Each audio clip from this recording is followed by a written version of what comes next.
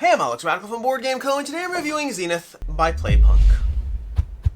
Zenith is a two-player tug-of-war game in which players are trying to win in one of three ways. Before we dive into the rules over here, thank you to AllPlay for being a channel sponsor, and more with them at the end of the video.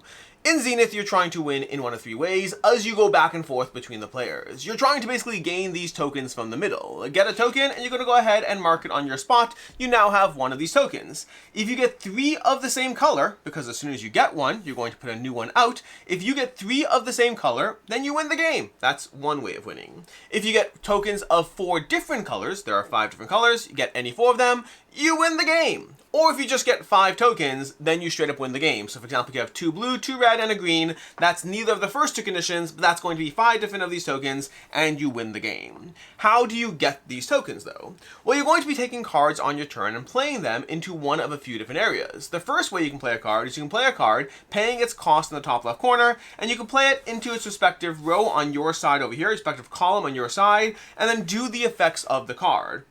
This is not a great game early card, but you know what, let's go ahead and change it a little bit. Let's do this one over here for our first card. We're going to pay 2 credits. We're going to take that token and move it 1 towards us on this board. Then we're going to get 2 Zenithium over here. That's very helpful. I love this stuff because you use it for this track, which is easily my favorite area of the game. And then lastly, my opponent is going to get 3 credits. So, you know, I got something good. I moved it towards me. They get something good. That's going to be this card. That's the first way you can play a card. Eventually, through playing cards, you're going to move this closer and closer. And when it gets over here, that's when you move it over here and you put a new one out onto the board. The second way you can play a card is to go ahead and get the diplomacy option over here. This is how you're going to get some majorities. Specifically, let's go ahead and take another card. We draw up to our hand size, which is 4. At the end of our turn, we have 4 cards. And our next turn, we're going to play a card, but this time we're going to do so over here, and we're going to play this one. We're going to look at the symbol in the corner. There's 3 different symbols, this, and then do what's on that symbol. All of them are going to give you the leader token. You either take it from the board over here, or you take it from your opponent if they have it. This token allows you to hold on to a larger hand size. The first time you take it onto its silver size, and now you have a hand size of 5. The second time you take it, you flip it to its gold side, if you have it. To be clear, if your opponent has it already, you always take it starting off silver. If you take it when you already have it, you bump it to its gold side, and now you have a hand size of 6. Additionally, many cards will check whether you have the token, and many cards will give you opportunity to get something extra if you give the token to your opponent. So having it helps you in a variety of ways. Then you look at the symbol on the card, which again, in this case, we did the paw print over here. So we take the token, and then we're going to take 2 cards from the deck, and we're going to play them into our area over here.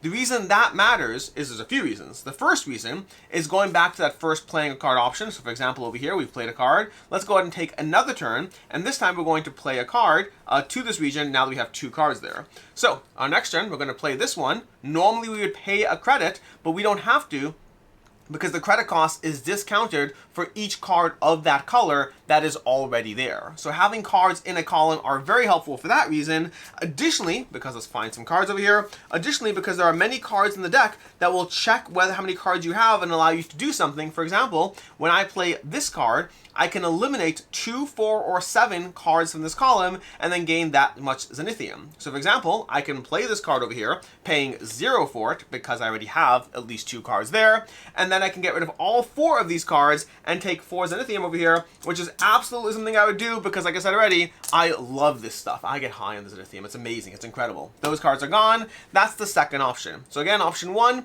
play a card, take into account any discounts, and then do the thing on the card. Option 2, play a card over here, take the leader token or upgrade the leader token, and then either add 2 cards, gain 3 credits, or get 1 Zenithium.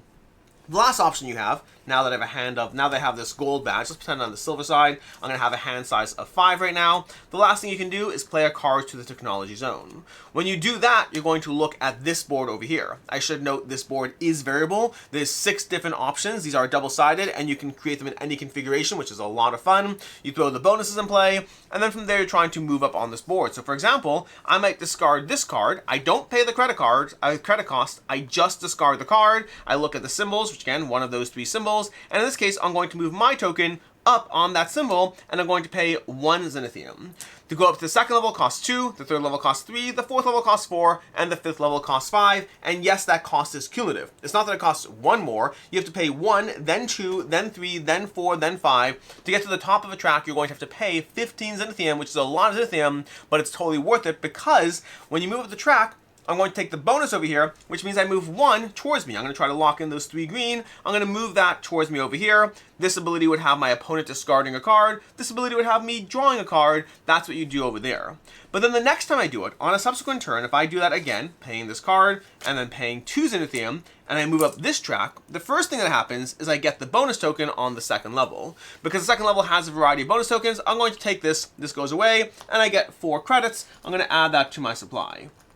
The second thing is I do this ability, so I'm going to draw 2 cards from the top of the deck, putting them into their respective columns, and then the third thing I do is I'm going to move back down the track, looking at each benefit that's already there, taking it again. So I'm going to again be able to move this closer towards me. As you move up the track, you're going to get the benefit you moved up to, plus each preceding benefit, letting you have large amounts of extra things happening. Granted, you have to earn the Zenithium to do so, which gets pretty expensive. The last thing to note about this track is when you have all your tokens up, so if I get all of these to the first level, you look at this bonus, and I would get 1 extra movement for having all my tokens at the first level. When you get to over here, you get 2 extra movement, and then 3 extra movement for having the second and third level respectively. That's basically how you play the game. The other things come down to the details of what the cards do, but effectively this is a tug-of-war game. I move things towards me on my track, you try to counter, I try to get the leader token, you steal it from me, I move up the technology track, you try to get there first to get the bonuses. There's a lot of things happening here as you try to find the various abilities, combine them well with the cards you play, all in an effort to try to get one of those 3 victory conditions. With that, let's go ahead and dive into my review of what I like, don't like, and can see others not liking. I really like this game. You may have watched my top 100 games. You may have seen this already in there. This is a game that I've talked about a lot. In multiple videos already. I think this is an absolutely fantastic game. There's a lot of things I like about it. The 3 areas is a big thing to start with. I have found that the best tug-of-war system games, whenever you have a game that has a kind of tug-of-war going on, where you're fighting to get a victory, I have found they work best when they give them separate lanes of what to focus on. Because I'm not just trying to win here, I'm trying to focus on here. And if you win here, I can win there. And I can push a little bit here and do that. You're pushing too much on the central track, getting these tokens. Awesome. I'm going to go ahead. Oh, by the way, I should have noted, there's also going to be abilities. The first time you play over here, the first time you take any token of one color, you also get a bonus token. That's only the first time you do over here. And so you want to be first on this track. You want to be first on this track. You don't necessarily need to be first on this track, but some early moves here can be very helpful. Having your first play be this one over here, which gives you some bonus cards over here and lowering your costs while also giving you the leader token at the very beginning, that can be pretty strong. But everything in the game is pretty strong, and so you're trying to balance how you spend your cards. Where is that card going to be most helpful, and what is it going to do for you? The tug of war between playing offensively versus defensively, between focusing on the now versus the later, is such a big thing in this game. Do you let your opponent get a few of these tokens while you rapidly accelerate up here, because later in the game you'll be able to have strong abilities while they are close to victory but you're just stronger? Or do you focus on stopping them in their tracks because you can't afford to let them get 2 or 3 of these tokens, and forcing you to be on the defensive for the rest of the game? There is that delicate balance, because not winning is one thing, but even if I just get 3 of the tokens, that means I can force you to play defensively because you have to stop me now for the rest of the game. You might be stronger, but you're operating at the beat of how I make you dance. I play a card here, you have to react defensively. There's also some cards you can play that can move a token a full 4 spots. So like, if I have a token in the middle, you can get all the way to the end with certain cards played with build-up. You have to build your way up to them, but there are certain cards that will allow you to get a lot of movement if you pay enough credits and really get a good use out of the ability, or give up enough cards. There's a lot going on there. The trade-off between focusing on one track and getting to the top and having those abilities chain multiple times, like if I get over here, each of the tokens is going to move 1 towards me. And when I go here, one of them is going to move 2 towards me, but then you go down the track, which means each of these is going to move 1 towards me. Then I'm going to get a bonus token, plus one's going to move 1 towards me. They have so many different focuses as far as how you focus on the accelerating the track, but paying a ton of Zenithium to do so, or being evenly spread so you can move up the track, get all the bonuses, get the side bonuses. There's a lot going on there as far as how you manage which track is worth jumping up on, and how you force that into the way you're playing through the rest of the game. It's an incredibly tense back and forth game once you have 2 players who know what they're doing, who understand the way the cards play, who understand which cards are better under which situations, who understand how to counter what you're doing and how to force you to play defensively while you're trying to force them to play defensively. This is an incredible back and forth experience. There is nothing that I don't like about the game, but there is one thing worth mentioning about the game. The one thing worth mentioning, I guess let's take a step back. There's two things, okay? The first thing is that this was not a game that I loved out the gate. I played my first game, I thought it was fine, I've seen a lot of games, it didn't wow me, but I played games multiple times, I played a second game, and I was like, okay, I think I like this, and I played a third game, and I just kept playing. Normally when I review a game, I don't already have like 40 plus plays under my belt. Usually, it's very infrequent. I haven't checked my count, but I think I have somewhere around 40 plays of Zenith already, because I've had so much fun playing this that I haven't even paused to do the review because I've been having so much fun playing this. I could call this one of my 12 by 12 reviews, but I think I want more time with it just in case, and I need to double check that I've done everything in the game, but like, I have played this game a lot. I adore it. It's worth knowing that where I am with it now wasn't where I was after 1 or even 2 plays. It took play 3 before I started to realize that I was into this a lot, and it took 4 or 5 before I realized this is a straight up incredible game that I absolutely adore. The other one thing worth mentioning is I do believe the vast majority of cards are good, it's just a question of when they're good. Like, there's cards that are good here and cards that are good there. There are a handful of cards that I will not say they're unbalanced. I will not say that. I do not know that. I'll just say I don't like playing them. They don't feed into my strategies as well. And it's the vast minority, to be very clear. Like, out of the deck of cards, maybe 5% of the cards do I feel aren't ever good, in which case I use them for either this track, or some cards will even have you discarding cards to do things. There's still ways to use those cards, but it's maybe 5%, maybe. And again, I'm not even willing to say they're not good. I'm just willing to say that they don't feed into my strategies the way I play the game. As far as what I can see others not liking, first of all, the game can and probably will feel a little random at first. It'll feel like, oh, you got those cards that work out well. It can certainly feel like there's a degree of luck of the draw and how it feeds into your system. There are some cards that are better at that, getting in a victory like last minute, like so that element where you can move a token like 4 spots at once and your opponent can't do anything to defend against it. You have to know those exist, but until you do, it can certainly feel like someone can win through random luck of the draw or just the way their cards played out. I do think over multiple plays, you will see that it really does come down to how players play both into their hand as well as what the other players are doing, but it can feel a little random at first.